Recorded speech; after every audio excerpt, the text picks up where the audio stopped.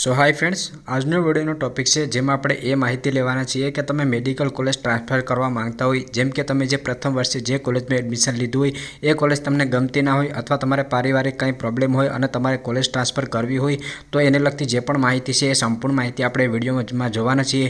અને application form તમારે કઈ રીતે ભરવું જોઈએ, આ ઉપરાંત પણ નોટિફિકેશન લગતી અને જે ગયા વર્ષે જે પણ વિદ્યાર્થીઓએ કોલેજ ટ્રાન્સફર કરી હતું તો એનું પણ હું તમને લિસ્ટ બતાવીશ કે તમે પણ કોલેજ ટ્રાન્સફર છે એ કરી શકો છો. તમે અત્યારે હાલ જેમએરએસ મેડિકલ કોલેજમાં હોય અને તમારે બીજી જેમએરએસ મેડિકલ કોલેજમાં ટ્રાન્સફર કરવું હોય તો પણ કરી શકો છો. અને તમે સેલ્ફ ફાઇનાન્સ કોલેજમાં હોય અને તમારે જેમએરએસ મેડિકલ કોલેજમાં ટ્રાન્સફર કરવું હોય તો પણ કરી શકો છો. એના માટે પણ થોડાક નિયમ હોય છે, એની પર આપણે માહિતી છે તે લઈશું. સ્ટેપ બાય સ્ટેપ આપણે સંપૂર્ણ માહિતી લઈશું. અત્યારે હું ફક્ત તમને માહિતી આપીશ. દર વર્ષે આની નોટિફિકેશન છે તે ડિક્લેર કરવામાં આવતી હોય છે. જ્યારે પણ આની પ્રોસેસ ચાલુ થશે ત્યારે એની નોટિસ હું મારા ઇન્સ્ટાગ્રામ પેજમાં નાખી દઈશ. તો જ્યારે પણ આના ફોર્મ ચાલુ થશે, મોસ્ટ ઓફલી દર વર્ષે ચાલુ થતા હોય છે, તો જ્યારે પણ આના ફોર્મ ચાલુ થશે ત્યારે ફોર્મ ભરવાની સ્ટાર્ટ ડેટ શું રહેશે અને છેલ્લી તારીખ કઈ રીતે અને ફોર્મ તમારે કઈ રીતે ભરવું જોઈએ જ્યારે એની પ્રોસેસ ચાલુ થાય એની સંપૂર્ણ માહિતી આપણે એક લાઈવ પ્રોસેસનો વિડીયો હું અપલોડ છે તે કરી દઈશ. જો તમે ચેનલમાં નવા હોય તો એજ્યુકેશન સ્કોલરશિપના અપડેટ માટે ચેનલને સબસ્ક્રાઈબ કરી રાખજો અને ડેઇલી એજ્યુકેશન અને સ્કોલરશિપ હોસ્ટેલની અપડેટ માટે હજુ સુધી ઇન્સ્ટાગ્રામમાં ફોલો ના કર્યા હોય તો ઇન્સ્ટાગ્રામમાં પણ ફોલો કરી લેજો. અહીંયા તમે જે નોટિફિકેશન જોઈ શકો છો એ વર્ષ 2022ની છે અને દર વર્ષે નોટિફિકેશન છે ડિક્લેર કરવામાં આવતી હોય છે. તો અહીંયા નોટિસ છે એમાં તમે જોઈ શકો છો કે તમે જે પણ સેલ્ફ ફાઇનાન્સ કોલેજમાં કે બીજી કોઈ જેમએરએસ મેડિકલ કોલેજમાં અભ્યાસ કરતા હોય અને તમે જેમએરએસ મેડિકલ કોલેજમાં ટ્રાન્સફર કરવા માંગતા હોય તો આ પ્રકારની નોટિસ છે એ ન્યૂઝપેપરમાં ડિક્લેર કરવામાં આવશે, જેને અપડેટ હું તમને આપી દઈશ. એમબીબીએસ અભ્યાસક્રમના દ્વિતીય વર્ષ માટે એટલે કે બીજા વર્ષમાં તમે તબદીલી છે તે કરી શકો છો. Medical council of India national medical commission નવી દિલ્હીના કોલેજ ટ્રાન્સફર અંગેના નિયમ અનુસાર મેડિકલ કોલેજમાં એમબીબીએસના બીજા વર્ષમાં અભ્યાસ કરતા ઇચ્છુક વિદ્યાર્થીઓ પાસેથી જેમએરએસ કોલેજની મેડિકલ કોલેજોમાં તબદીલ થવા માટે નિયત પત્રકમાં અરજી છે તે મંગાવવામાં આવે છે. હું તમને અરજી પત્રક એટલે કે એપ્લિકેશન ફોર્મ છે એ પણ તમને બતાવીશ. એપ્લિકેશન ફોર્મ અમારી વેબસાઇટ એટલે કે જેમએરએસ મેડિકલ કોલેજની ઓફિશિયલ વેબસાઇટ છે એ પણ હું તમને બતાવીશ. એ વેબસાઇટમાં જઈને તમે ડાઉનલોડ કરી શકો છો. વિદ્યાર્થીએ પ્રથમ એમબીબીએસ પાસ કર્યાના 1 માસ સુધીમાં એટલે કે જ્યારે પણ તમે પ્રથમ વર્ષમાં છો તો પ્રથમ એમબીબીએસ તમે પાસ કરી લો એના 1 મહિના સુધીમાં તમારે આ કચેરીને ઉપરના સરનામે RPAD રૂબરૂ મળી જાય એ રીતે Gujarat medical education and research society payable at ગાંધીનગરના નામે તમારે ₹15,000 પ્રોસેસિંગ ફીનો ડીડી છે કરાવવો પડશે.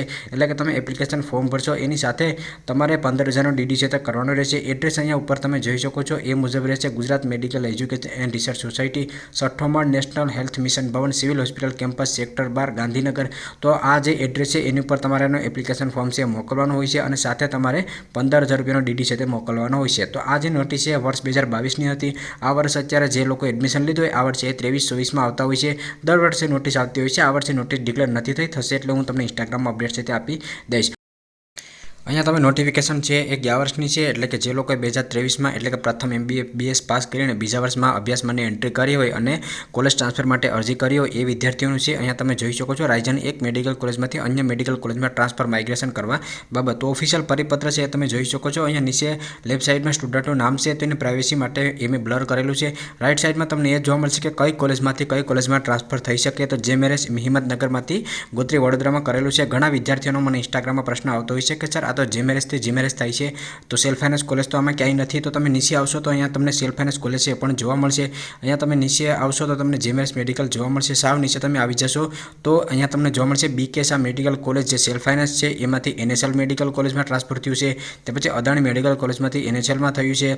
બીકે શાહમાંથી અને જીસીએસમાં થયું છે. તો અહીંયા તમે નીચે પણ સેલ્ફ ફાઇનાન્સ કોલેજના નામ પણ જોઈ શકો છો. એટલે કે સેલ્ફ ફાઇનાન્સ કોલેજમાંથી એક કોલેજમાંથી તમે બીજી કોલેજમાં ટ્રાન્સફર છે એ મેળવી શકો છો. તો લેફ્ટ સાઇડમાં વિદ્યાર્થીઓનું નામ છે એટલે મેં બ્લર કરેલા છે. નીચે પણ તમને જોવા મળશે ટોટલ 41 વિદ્યાર્થીઓએ ગયા વર્ષે અરજી છે તે કરી હતી. અહીંયા થોડાક એના નિયમો છે એ હું તમને સમજાવી દઉં. તો આ ટ્રાન્સફર માઇગ્રેશન ફીના હેતુસર નવા પ્રવેશ તરીકે ગણવામાં આવશે. આ ટ્રાન્સફર માઇગ્રેશન મંજૂરી જે તે અભ્યાસક્રમના પ્રવેશના નિયમોને આધીન રહેશે. જે વિદ્યાર્થી દ્વારા પૂરી પાડવામાં આવેલ માહિતી ખોટી જણાશે તો ટ્રાન્સફર અથવા માઇગ્રેશનનો હુકમ વિદ્યાર્થીને કોઈપણ કારણ આપ્યા સિવાય રદ કરવામાં આવશે. આ ટ્રાન્સફર માઇગ્રેશન અન્વયે યુનિવર્સિટી ટર્મ ગ્રાન્ટ કરાવવાની જવાબદારી જે તે વિદ્યાર્થીની રહેશે. રાજ્ય સંઘની અંગે કોઈપણ જવાબદારી રહેશે નહીં. આથી પ્રમાણિત કરવામાં આવે છે કે આ ટ્રાન્સફર માઇગ્રેશન સંબંધિત રિસીવિંગ મેડિકલ કોલેજ પ્રવેશ ક્ષમતાના 5%ની મર્યાદામાં જ કરવામાં આવશે. આ અંગેની સઘળી જરૂરી કાર્યવાહી સંબંધિત મેડિકલ કોલેજના ડીન દ્વારા હાથ છે તે ધરવાની રહેશે. તો આ જે નોટિફિકેશન છે વર્ષ 2023ની હતી.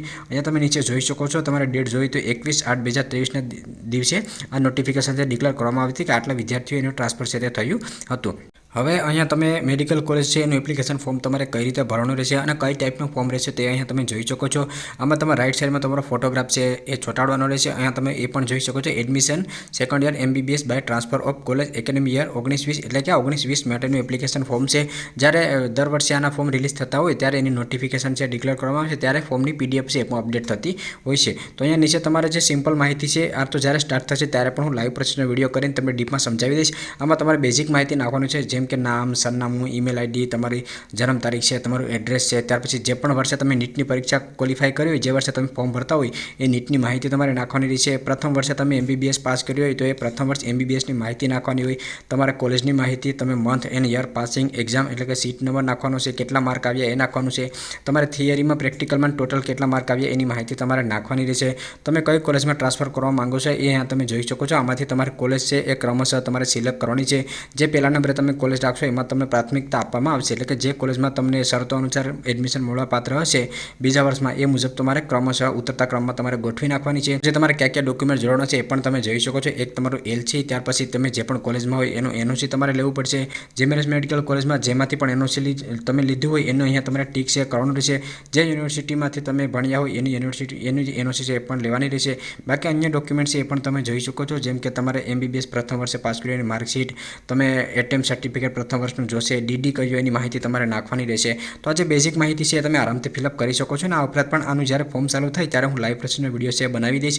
તમારા પિતાની સહી એટલે કે તમારા વાલીની સહી, ત્યાર પછી તમારી સહી, આવી માહિતી છે એ તમારે ફિલઅપ કરવાની હોય છે. બીજી એક ડિટેલ તમે વાંચી શકો છો કે જો કોઈ વિદ્યાર્થી GMRS મેડિકલ કોલેજો સિવાયની સ્વનિર્ભર કોલેજોમાંથી GMRS મેડિકલ કોલેજ સંચાલિત મેડિકલ કોલેજમાં ટ્રાન્સફર થાય તે વિદ્યાર્થી general quota, management quota, NRI કોટામાં પ્રવેશ મળ્યો હોય તો તે કોટા માટે GMRS દ્વારા નિયત થયેલ ફી છે તે ભરવાની રહેશે. તો જે પણ ફી ઓથોરિટી દ્વારા કહેવામાં આવે GMRS મેડિકલ કોલેજની ઓથોરિટી દ્વારા એ તમારે ફી છે તે ભરવાની રહેશે. તો આનું ફોર્મ છે જ્યારે પણ સ્ટાર્ટ થશે ત્યારે એની એક નોટિસ છે ડિક્લેર કરવામાં આવશે. અહીંયા નોટિસ પણ તમે જોઈ શકો છો આ ટાઈપની હોય છે. તો જ્યારે પણ ચાલુ થશે ત્યારે હું તમને લોકોનો અપડેટ છે કરી દઈશ. અને એની અપડેટ હું તમને ઇન્સ્ટાગ્રામમાં કરી દઈશ કારણ કે એમાં નોટિફિકેશન હશે હું તમને ત્યાં પોસ્ટ કરી દઈશ, સ્ટોરી પણ રાખી દઈશ અને ફૂલ લાઈવ પ્રોસેસનો વિડીયો હું યુટ્યુબમાં અપલોડ કરી દઈશ એટલે બંને જગ્યાએથી તમને અપડેટ છે મળી જશે. બીજી કોઈ પણ અપડેટ આવતી હશે તો એના પર હું વિડીયો બનાવતો રહીશ. અને જો તમને આ વિડીયો પસંદ આવે તો લાઈક કરજો અને ચેનલમાં નવા હોય ચેનલને સબસ્ક્રાઈબ ના કરી તો સબસ્ક્રાઈબર કરી લેજો.